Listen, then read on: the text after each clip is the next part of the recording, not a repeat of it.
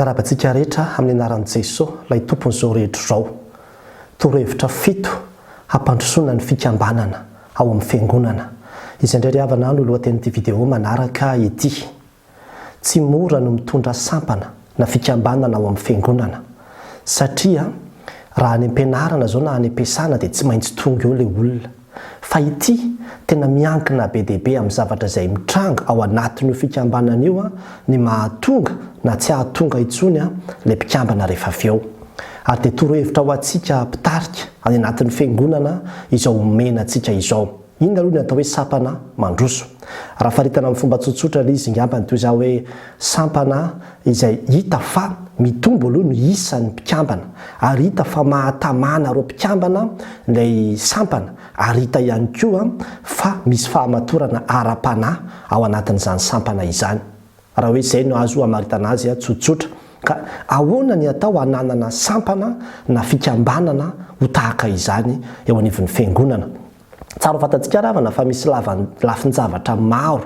izay tsy maintsy mifampiankina, fa tsy afaka fotsiny hoe ty zavatra tokanyity fotsiny no atao mba ahafahana mampandroso azy. Ka izay no mahatonga ny hoe torohevitra 7 farafahakeliny izany izay omeko antsika reto avy amin'ny traikefa izay efa azoko tamin'ny taona maro izay nitondrako fikambanana sy sampana teo anivon'ny fiangonana. Ka ny voalohany indrindra amin'izany dia ny vavaka. Zay aloha, rehefa matotra tsara ny vavaka izay ataonao mpitarika ho an'io fikambanana io dia matotra koa io fiainan'io fikambanana io. Fa rehefa goragora ianao amin'ny fivavahana ho an'io fikambanana io dia aza gaga mihitsy ianao raha goragora ihany koa ny fiainan'io fikambanana io, satria mifamatotra ny fiainam-panahinao mpitarika sy ny fiainan'io fikambanana izay misy ianao io. Ary misy ilay tenin'Andriamanitra zao ilay hoe rehefa natsangany Mosesy ny tanany dia nahery ny Israely, rehefa nampidininy ny tanany dia resy ny Israely teo anatrehan'ny Amalekita. Dia mitovitovy amin'izany ilay izy hoe ny tanjakao mpitarika ara-panahy dia misy fiantraikany be dia be mihitsy amin'ilay olona izay entina. Ary izay no mahatonga ny hoe tsara mandrakariva raha ilay olona tena manana toe-panahy, olona ara-panahy, olona tena hita mihitsy hoe matanjaka ara-panahy reny no atao filoha mpitarika n'ilay fikambanana, fa tsy hoe olona manam-bola fotsiny. Ary tahaka izany koa io vavaka izay atao io dia vavaka tokony ataona matetika mihitsy izany ho an'ilay fikambanana. Tonononao daholo ny zavatra samihafa ho an'io fikambanana io. Tsy ianao mpitarika président ihany akory ny ambarako eto fa ny birao iray manontolo mihitsy sy ny komity na ny voamera samihafa dia tokony ao anatin'izay daholo. Io vavaka atao io ihany koa dia fangatahana tolotsaina avy amin'Andriamanitra, satria tena mila créativité ianao rehefa mitondra fikambanana izany. Ilay créativité amin'ny zavatra izay atao, indraindray zavatra kely foana dia efa mahatonga ny olona ho tamano anatin'ilay fikambanana. Raha ohatra ianao zao ka fikambanana hoe mivory isaky ny asabotsy na isaky ny alahady hariva dia be dia be ny zavatra mety hiazona anazy any ambadibadika any, fa tsy maintsy manolotra zavatra tsara ianao mahatonga azy ho tamana sy ahatonga azy hoe na inona any ambadika any dia hoe zany dia hivory fa mahafinaritra ny zavatra misy any. Dia eo ianao omeny tombontolotsaina fa be dia be mihitsy. Izao foana ny manisy fiovahana trany isaky ny mivory ny amin'ny zavatra izay atao mba hialana amin'ilay rotina be. Ohatra izany hoe misy fotoana manao nareo dia 15 minitra hoe milalao, misy fotoana manao asa mihinana goûter, mihinana sakafo, indraindray misy fotoana mety hoe mandihy, mety asivo vario ny activité anareo, asivo hoe tantara, mety misy koa hoe fijoroana vavolombelona, misy hetsika samihafa, mety mijery film kely, na ihany koa manao débat, na mety milalao mivoaka mihitsy manao baolina. Misy fotoana tena hoe andao mba hivoaka kely rindretsika no mivory na ohatr'izao indray. Mila ovaovaina foana ilay izy, fa tsy zavatra hoe efa fantatra hoe monotone be dia efa malaina ilay olona na dia andeha ary dia forcentsika amin'izay izy rehefa avy eo dia tsy mety. Fa ataovy tena mihitsy hoe mangetaheta mihitsy izy, satria misy zavatra vaovao mandrakariva ao. Dia izay créativité izay angatao amin'ny tompo izay, satria Andriamanitra ny tena manana ny atao hoe créativité io. Jerevy ny zavaboary dia hitanao fa manana an'izany Andriamanitra, ary Andriamanitra dia mpanolotsaina. Ka izay no mahatonga hoe vavaka mangataha amin'ny tompo mihitsy an'izany rehetrarehetra izany. Ny faharoa dia izao tenin'Andriamanitra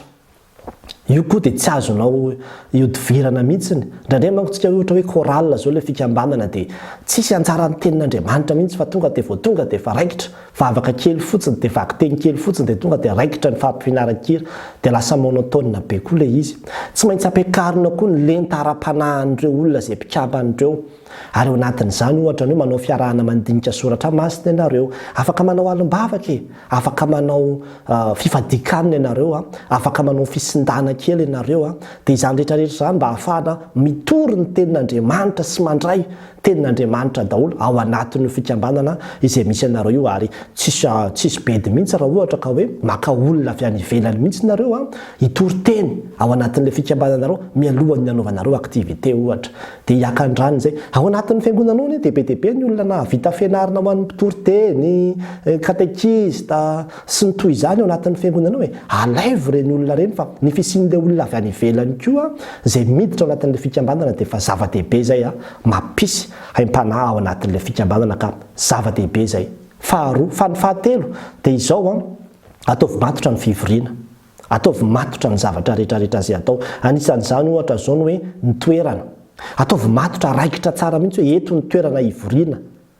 dia hoe isaky ny zao no mivory, fa tsy hoe miova foana le izy. Dia indraindray tsy araka le olona tsolona izy satria nitampotampoka eo alahady voalohany, nitampotampoka eo sabotsy fahatelo, nitampotampoka eo amin'ny lakamisy indray, ariananina indray ony dia mivadika ariananina indray dia miovaova ohatr' izany. Efa tsy fahamatorana izany na hoe rehefa ihany antsika vao miofana na rehefa zao ihany tsika vao mivory, fa mangingina indray 2 volana 3 volana, efa tsy fahamatorana koa izany. Fa ny fahamatorana dia tena mihitsy hoe isaky ny amin'izao ora iry amin'ny toerana ry isika no manatanteraka ny fivoriantsika. Dia tahaka izany koa ny fanombohana an'ilay fotoana, ataovy matotra tsara mihitsy. Rehefa hoe amin'izao no manomboka dia atombohy amin'izay le izy. Fa raha vao ohatra ka hoe amin'ny 2 le izy no manomboka dia amin'ny 2 sasany amin'ny 3 tsika mbola miana any eo dia tsy tafavoaka ilay izy. Tsaroko mihitsy tamin'izaho tamin'ny mbola kely nisy fikambanana anankiray izay mba nanitona ato amin'ny fiangonana nisy anay dia nandeha nakany sabotsy hariva. Tonga eo amin'ny 2 sasany hoe manomboka le izy amin'ny 3 sasany mbola tsisy nizy akoatra anaty eo. Dia amin'ny 3 sasany vao tonga le olona le mpitarika anankiray dia nampaherery ato izay se vaovao se hiditra se mahafinaritra be izany zao ny ankizy moa fa vakansa dia somary ananina kely daholo fa zataitra mihitsy sy noatra izany. Tonga indray ny fotoana sabotsy faharoa, olona 2 sy 3 no hitako teo dia tsy niverina intsony tamin'ny sabotsy fahatelo. Dia tahaka izany le izy, ny sampana izay manitona ny olona dia sampana matotra. Azo atao tsara mihitsy zay tamin'izay nitondra fikambanana taloha dia tena misy an'izany mihitsy raha vao tara mihatra ny 12 minitra dia tsy mahazo miditra intsony. Dia tena napetraka mihitsy ny disiplina hoe tsy mahazo mandray mpikambana intsony tsika rehefa tonga eto amin'ity daty ity. Dia lasa ohatrany nampisy hetaheta ho an'ilay ankizy mihitsy, mihazakazaka mihitsy ny ankizy tamin'izany fotoana izany hanatrika fivoriana satria hoe matahotra sao dia tsy ho tafiditra intsony. Ary tena tsy tafiditra intsony tokoa na dia ataoko hoe mihoatra 2 minitra aza ny 5-10 minitra tena hajaina ilay izy. Hajaina ataovy matotra, asivy fifandraisana présence, asivy zavatra samihafa ohatr'izany fa izany no mahamatotra azy. Ary na ny aktivité izay ataonareo raha rehefa mihira na rehefa miseho dia mba ataovy matotra ny fitafiana, ny fijoro, ny hira izay atao dia mila fahamatorana, fa izany no atao hoe sampana mandroso. Ary le nambarako Thierry Ampendohany hoe matotra amin'ny ara-panahy, matotra amin'ny zavatra izay atao. Ny manaraka ihany koa faefatra dia izao aza mijanona ao anatin'ny rindrina efatra, fa mandehana mivoaka manaova aktivité ivelan'io toerana izay iarahanareo io. Ohatra izany zao hoe manao fitoriana filazantsara ny ivelany ianareo na mandeha nareo manao tafika masina, na ihany koa nareo manao sortie fotsiny tsotro izao miaraka mandeha mitsangatsangana, asa manao klipa, mivoaka manao excursion sy ny zavatra samihafa toy izany dia mba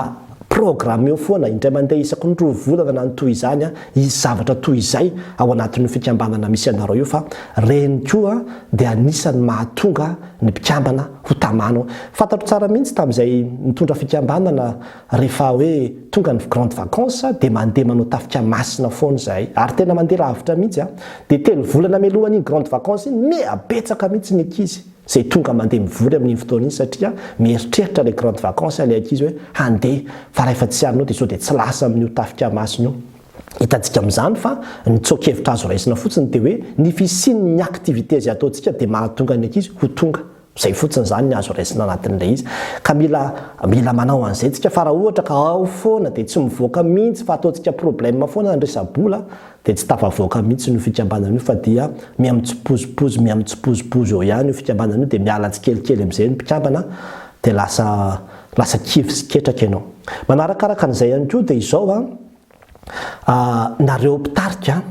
amboary tsara ny toetranareo. Zay koa aloha le mpitarika zany le brao na le komity na le voamera samy hafa amboary tsara ny toetra ao anatin'izany no ohatra ny hoe mifampizara andraikitra ianareo amin'ny fanatanterahana ny zavatra rehetra ohatra hoe amin'ity fivoriana amin'ny aniny ity ianona ny responsable dizy dolo mandamina ny zavatra rehetra sy manao zay activité very mifamety eo amin'ity indray ianona manao azy asivy calendrier mipetraka mihitsy dia efa hita meloa tsara hoe eto sy eto ianona sy iany eto sy eto ianona sy iany mandray anjara amin'ny zavatra rehetrarehetra ao anatin'izy isy fifampizarana andraikitra ohatra an'izay dia miraisa saina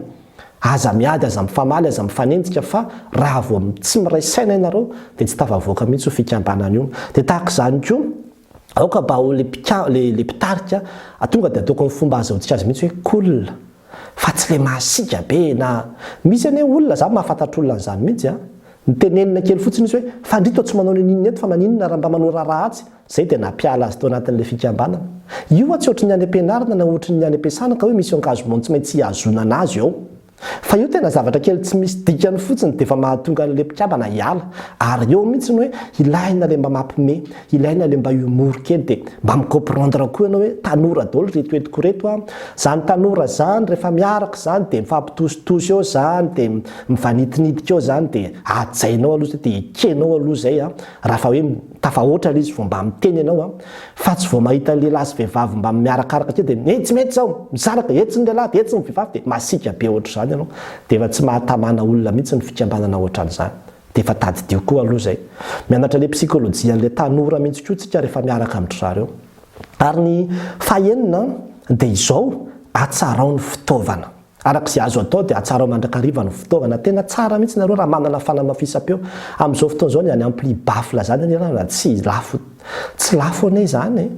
roa hetsy dia efa mety mahazo an'izany amin'izao fotoan'izao asianao micro dia mividy carte ianao dia mba mirahira manao karaoke eo dia efa zava-dehibe reny rehefa mba mivorona reo asivy fitaovana le izy raha mahavidy vidéo projecteur moa nareo sy ny toy izany ilaina daholo rendretretreny ahafahanareo manao projection ana dessin animé kely na film kely na zavatra samy hafa toy izany ahafahanareo miaraka dia le izy tsy hoe any aneny chorale inona moa nidiranay amin'izany zavatra be dehibe izany fa na dia chorale aza dia azo atao tsara mihitsy hoe adindro ny fotoana ivoriana atsasakadiny aloha anaovana an'izany zavatra resahako rehetrarehetra zany hoe na fa manam-panahy dia asiana kely 10 minitra koa any amin'ny faraparany any lalao na fiarahana kely fifampizarana fijoroana vavolombelona kely fa tsy tonga dia resaka solfa fotsiny dia solfa foana dia vizana ny vavan'le olona amin'le doremi fasola sy do atsika dia lasa kamo izy rehefa aveo amin'ny heriny hoe ohatry ny kamo andeha ho any zavatra kely foana koa dia efa mahatonga ny olona azoto ho any amin'io fikambanana io fa tadidio zay ary ny farany dia izao manaova mandrakariva tombanezaka isaky ny vita ny fivoriana zay tena nanao an'izany mihitsy tamin'ny mbola fotoan'andro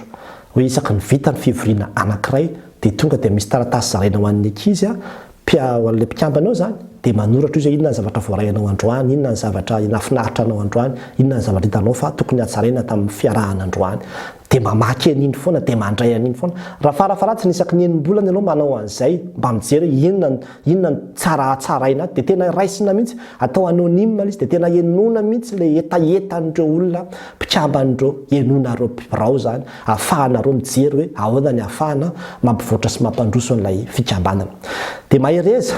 fa miaraka amin'ny tompo isika tsy mahazo kivy tsy mahazo ketraka ary matoa anao ny fidin'Andriamanitra ho amin'io andraikitra mpitarika ao anivon'ny fikambanana io dia vitanao zany le izy fa io tsy hoe vitanao amin'izao fotsiny fa sady mila vavaka ianao mila ny herin'Andriamanitra ianao no mila stratégie samihafa ihany koa anao dia izany efa atoroko anao zany le izy ka dia raiso tsiraray dia dinio dia ampiaro dia aza reraka mihitsy ny fa rehefa misy ny tsy fahombiazana dia atsarao indray dia avereno indray dia toy izy hatramin'ny farany fitao ny asa fanomponao fa aza mibe excuse mirary sory havana ho an'Andriamanitra ny voninahitra amen